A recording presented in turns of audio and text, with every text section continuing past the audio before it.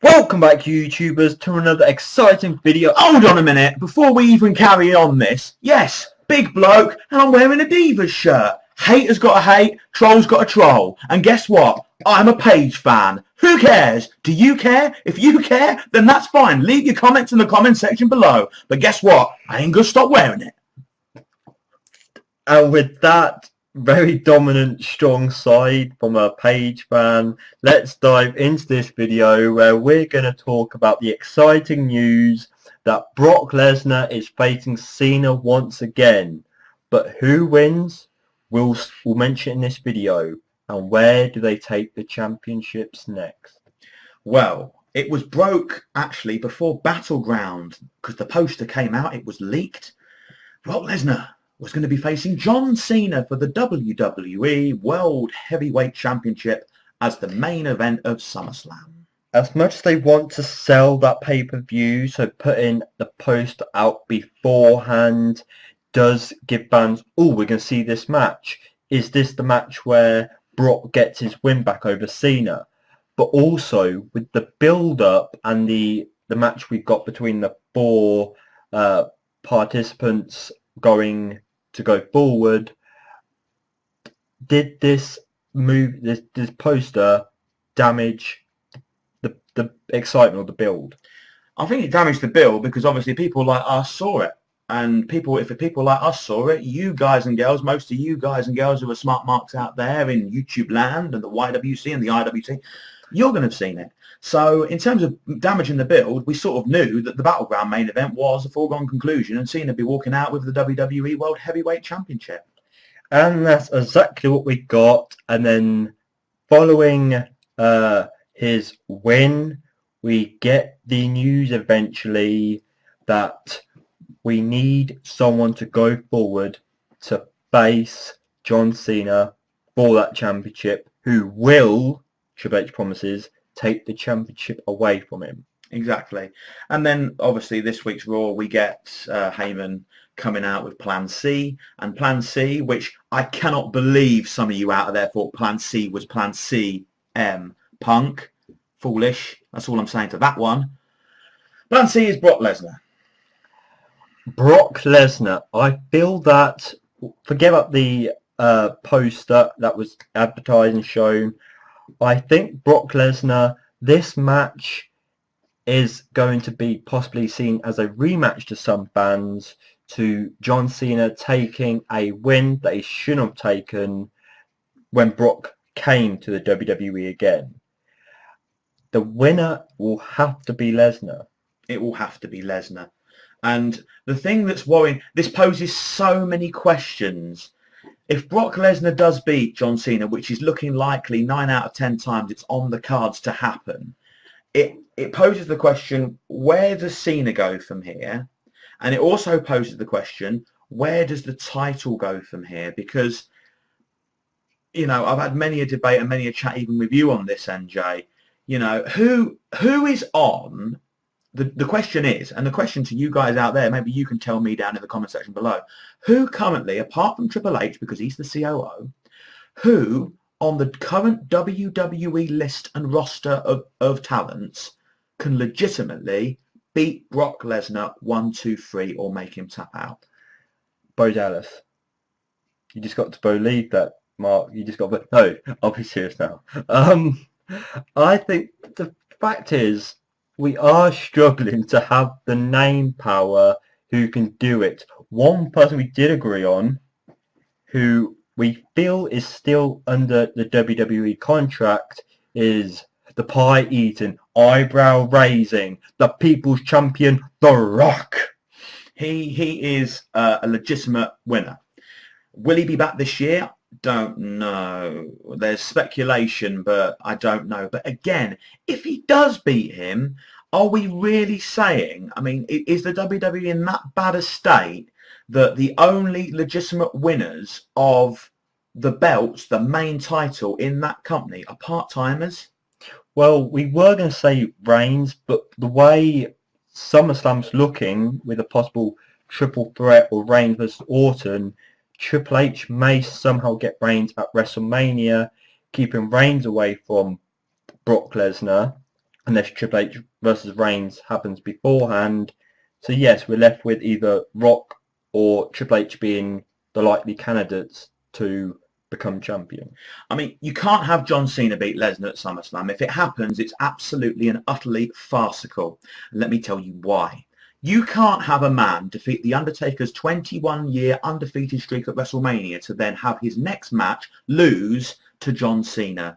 It's absolutely ridiculous, which says to me there is no way on God's green earth that John Cena is walking out still the champion. Because I look at it and think that Brock Lesnar lost to John Cena already, and Brock had that match in his hands.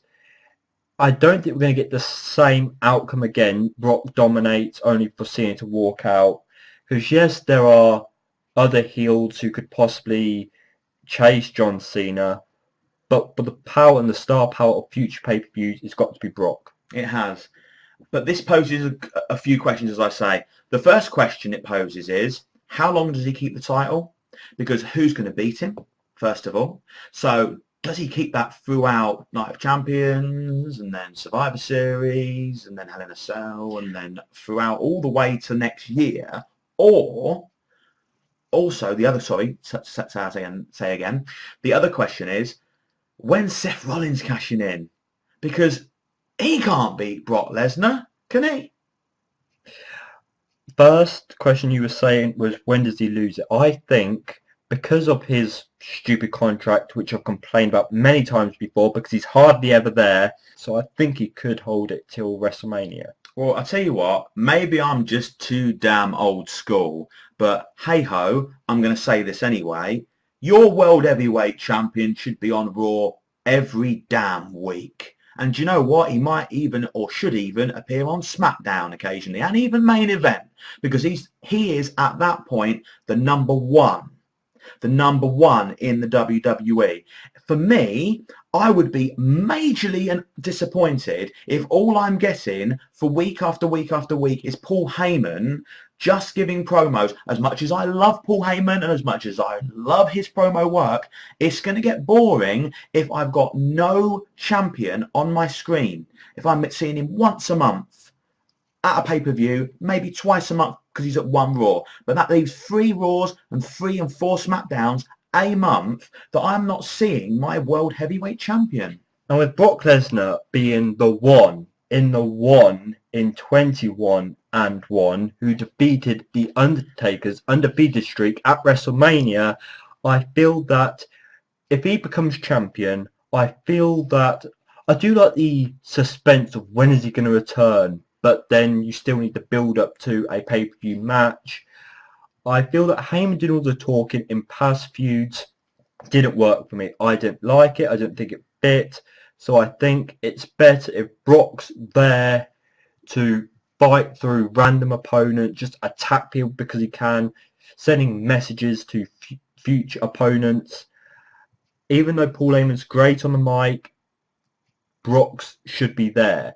But it also means with Cena being there, I feel that John Cena would go through the fact that he is normally scheduled to appear and always there and being the guy who carries the WWE. So you expect him, but with Brock, we're not sure. Put it this way, to flip the coin, because I love flipping the coin, if John Cena beats Brock Lesnar at SummerSlam, even if it's via shenanigans, even if it's via count-out, if he beats him in any way, shape or form, then I'm sorry, this company is ridiculous. This company is utterly ridiculous because you've got one of your big 4 pay-per-views. From the last big 4, WrestleMania, you have given up 21 years of a streak to a guy. You've given shock factor, you've given controversy, you've given oh my God moment. The counter to that is just what you said before, is Lesnar's possibly not going to be there each week, but Cena would. Exactly. But look, Lesnar, look, it's difficult for me to articulate this into words. I want Lesnar to beat John Cena, but from the same thing, I want Lesnar there every damn week. I want him there, and I don't just want Heyman on the mic. I want him on the mic, and I want him to have a few matches as well. I don't want him just, if he's going to carry that belt, I don't want him just to face once every 3 months on pay-per-views. Well, here's the other sad thing then. I wouldn't say sad, but I think it would be great with the likes of Brock Lesnar, especially with this beast he's got going with him. You could see him carrying it into Mania. But with your thought of him not being there each week, what stops the WWE deciding he loses it somehow in a few months before? Yeah, that is a legitimate option that could happen. But I mean, there is so many options. There's so many ways that you can look at it. You know, you could look down the lines of, well, Rollins has still got that briefcase and he's a heel, and Lesnar is also a heel, so surely Lesnar's going to lose it somewhere, or Lesnar's going to be screwed over for a title and then Rollins cashes in somewhere. You could be here all day thinking of the different possibilities. For me, and for my personal opinion, Lesnar should go over here. Cena should lose cleanly, whether it's via F5, whether it's via him tapping out. I don't really give a damn, to be honest, but he should lose one way or the other, probably 1, 2, 3. And he should lose in the Night of Champions, the pay-per-view after it, so that Lesnar keeps the belt. Absolutely, I agree. But he has to be booked weekly. You can't have him fly in once a month to just come in and stand in a ring while Heyman talks for him. He needs more than that, otherwise it's just going to get a bit boring for me. I agree that Brock has to win, because Brock has to continue getting these big, powerful wins before he actually does lose, because it's going to make a big deal. After defeating The Undertaker, losing to Cena is not really accomplishing anything. So he needs to win, become champion, accomplish being a champion for the WWE, go on and lose to someone that will carry the championship forward after the losing date.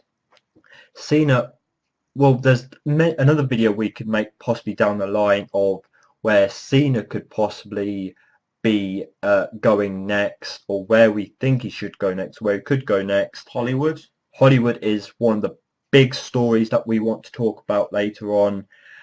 But SummerSlam has its main event. It has the predictable winner and the most likable winner. And this is the interesting thing. We hate Brock Lesnar for what he did to The Undertaker, but we're praying for Brock Lesnar to face, defeat John Cena. So we hate Brock for what he's done to The Undertaker, but liking him for what he's doing at SummerSlam. We love to hate you. And now, people, with these words...